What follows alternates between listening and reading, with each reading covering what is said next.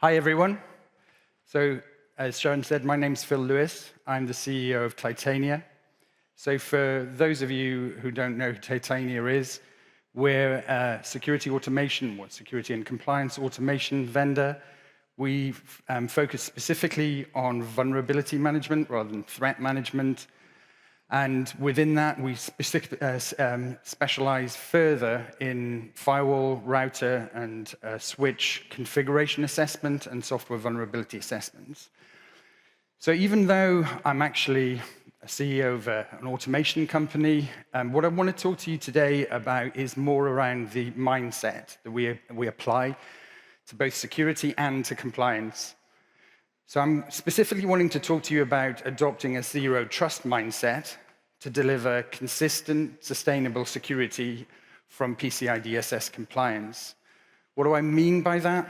So in line with what the DoD and intel agencies state, zero trust means that you've got to assume you've been breached. So that means that you can no longer just assume that you can trust everything within your network or within particular segments of your network. Rather, you've got to work to validate and verify that you can continue to trust either the people, the applications, or the devices within your network. So why am I here? And why am I specifically talking about a mindset rather than automation to start with?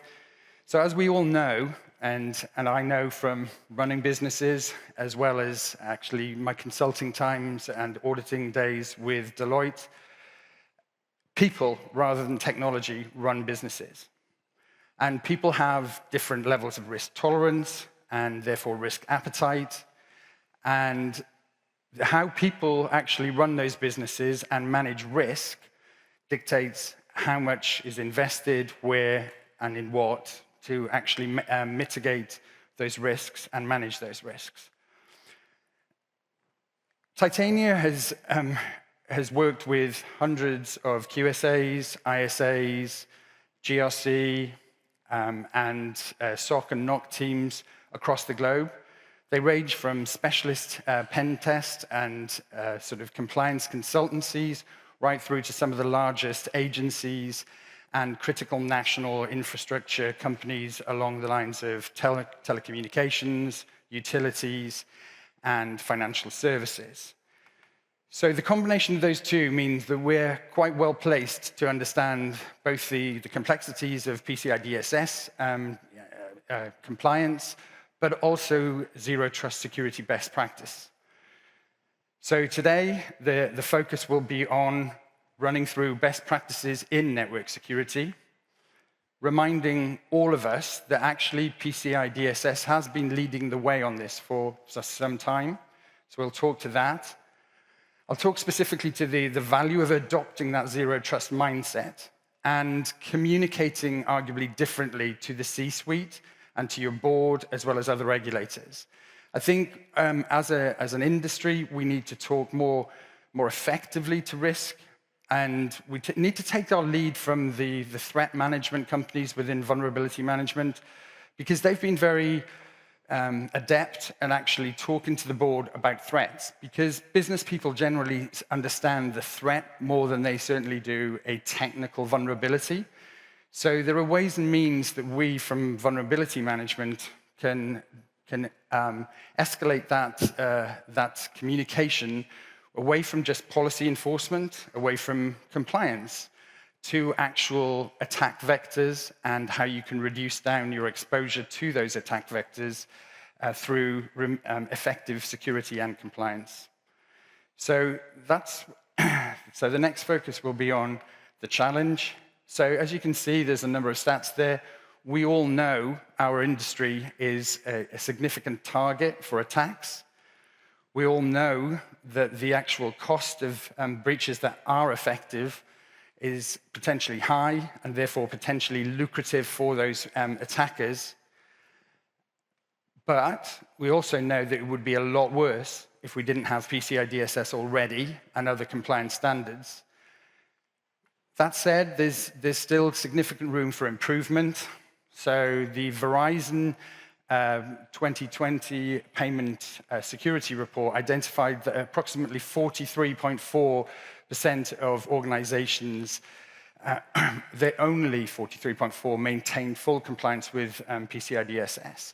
Therefore, there is ability to improve further on this. And interestingly, particularly from our perspective, given that we're about automation, then requirement 11, according to Verizon, which is to regularly test security processes and controls, remains the worst performing of those requirements. And that has been the case for approximately 10 years. So again, as security professionals, we understand that inconsistent or unsustained compliance means that we've got an increased CIA, confidentiality, integrity, and availability risk exposure for critical data, applications, and networks. So that could be in the CDE, or that could be beyond.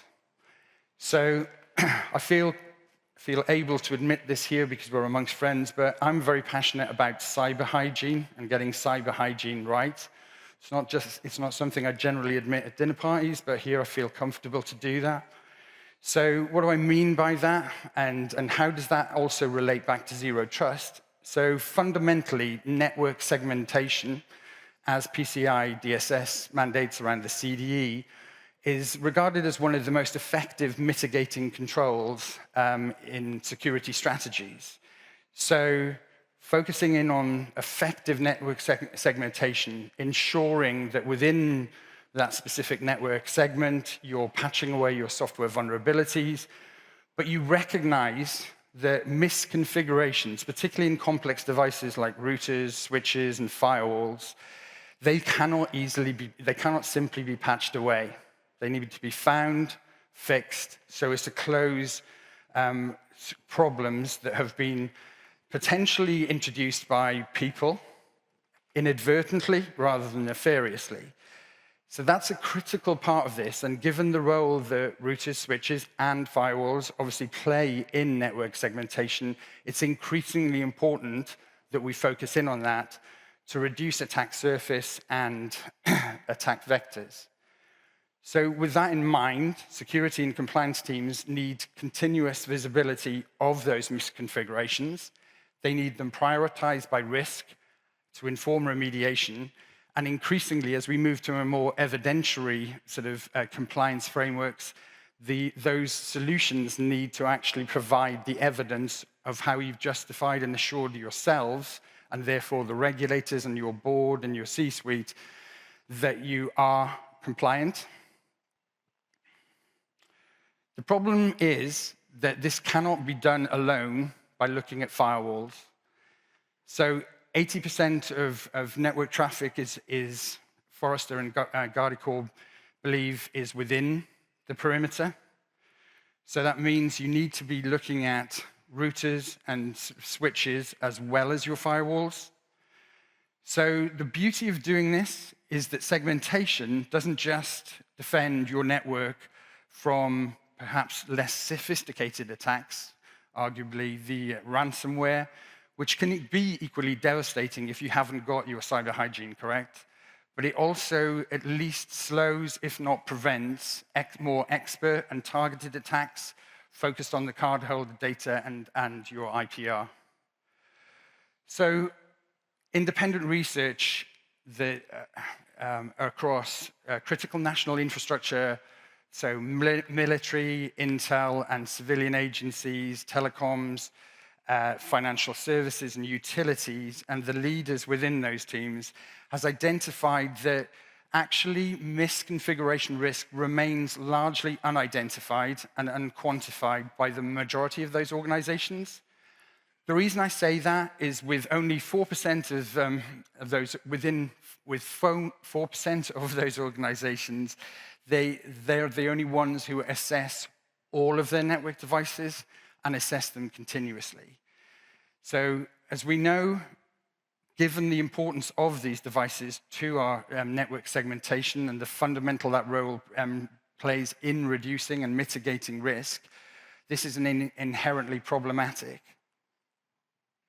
So in terms of network security best practices, again, we've talked a lot about segment your network to prevent lateral movement. You can secure the perimeter and risk assess devices inside the perimeter too. That's really, really important, as we just discussed. Effective network segmentation, according to VentureBeat and their Zero Trust article, is quantified to actually prevent or save companies about $20 million per annum on average in application downtime, in avoiding that, and effectively deflect 5 cybersecurity disasters per annum. So continuously assessing and addressing device security within the perimeter, as well as on the perimeter and the endpoint, reduces unauthorized lateral movement. It reduces your attack surface, and it reduces your threat from insiders, be they compromised people, compromised devices, or compromised applications. In fact, verifying through policy enforcement, rather than just trusting that those devices, people, and applications can be trusted, is a key tenet or a key principle behind Zero Trust. So coming back to PCI Council leading the way, then we know that we've strongly advocated segmentation in terms of the CDE, but now we're looking at ways and means that we can risk assess more devices that sit and applications on the CDE. There are recommendations to reduce the extent of sampling where automation allows. We're promoting security as a continuous process where the cadence or the frequency of the assessments is driven by risk assessments. We're also requiring, as I mentioned earlier, increased evidence of compliance with the specific requirements. And if you're following the traditional, I suppose, approach, the defined approach, then compliance with those testing procedures as well. So Zero Trust best practice, based on our discussions with some intel agencies and military agencies in the US and in the UK, tends to talk to for users and for endpoints, talks about comply to connect. So you have to prove that you are who you are, or you can prove your compliance before you're allowed to connect to the network. That's obviously more challenging with networks, routers, and switches because they provide the network. So in those instances, the discussions we've had are that you should be looking at those on a daily basis. If you can't be looking at those on a daily basis, then a monthly or quarterly or monthly snapshot combined with daily assessments of the devices that have changed in your network is the minimum that you should be really looking for from a Zero Trust perspective. This kind of proactive security is key to protecting networks from preventable attacks and delivering sustainable security and compliance assurance. So we've talked about the Zero Trust mindset. We've talked about changing mindset.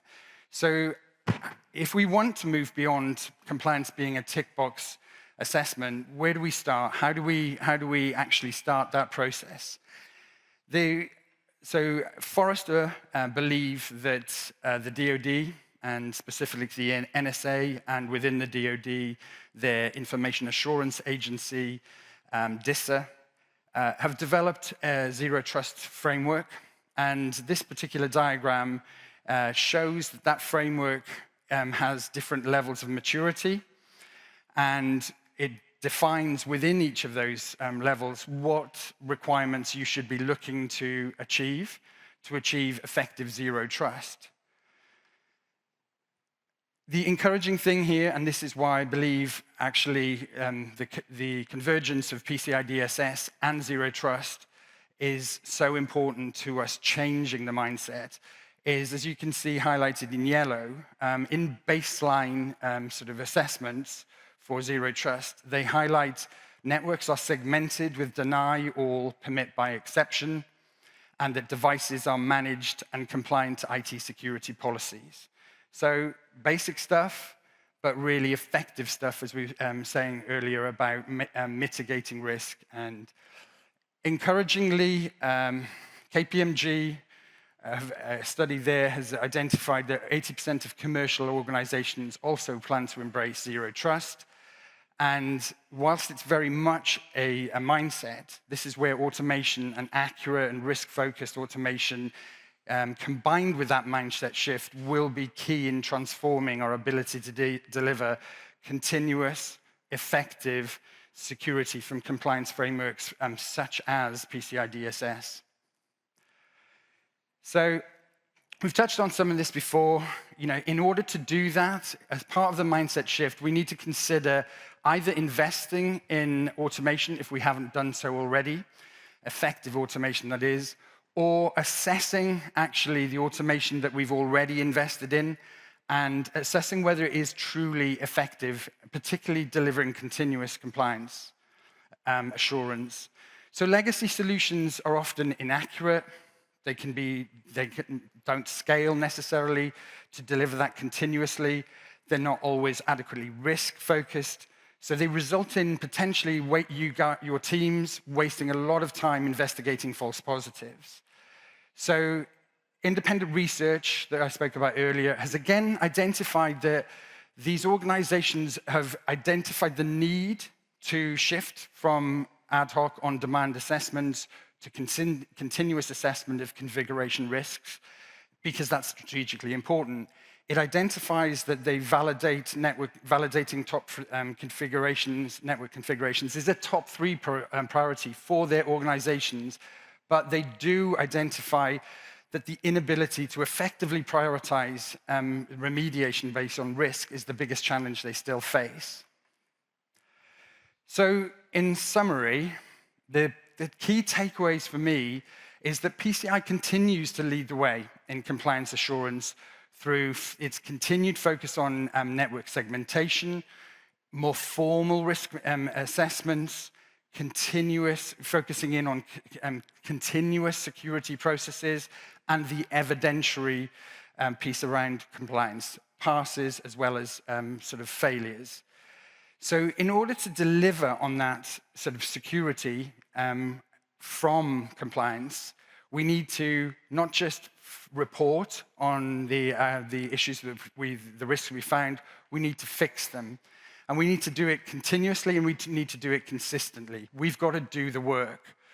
However, investing in sort of security alone, as I mentioned earlier, will not achieve those converging aims of zero trust and PCI DSS best practice. It ultimately requires our organizations, both vendor level and your organizations, to embrace a different mindset and to view critical security risks which do compromise confidentiality, integrity, and availability of critical data systems and services as critical business risks. And again, referencing back to trusted attack frameworks like MITRE, the NCSC attack framework is a good way of communicating that and getting those organizations to actually change their mindset. And only when organizations achieve that and they're able to maintain and able to demonstrate adequate security assurance from leading compliance standards such as PCI DSS, will they truly deliver the security that those standards were designed to deliver. So I just wanted to say thank you very much for your time today. If you have interest in actually speaking to myself or one of the team further, we're on stand 12, or as the Americans say, booth 12. My email address is here. I welcome any sort of outreach from you guys. And if you are interested in the research that I mentioned earlier, then there's a link here, or there's a link on our website. So thank you very much once again for your time, and enjoy the rest of the conference.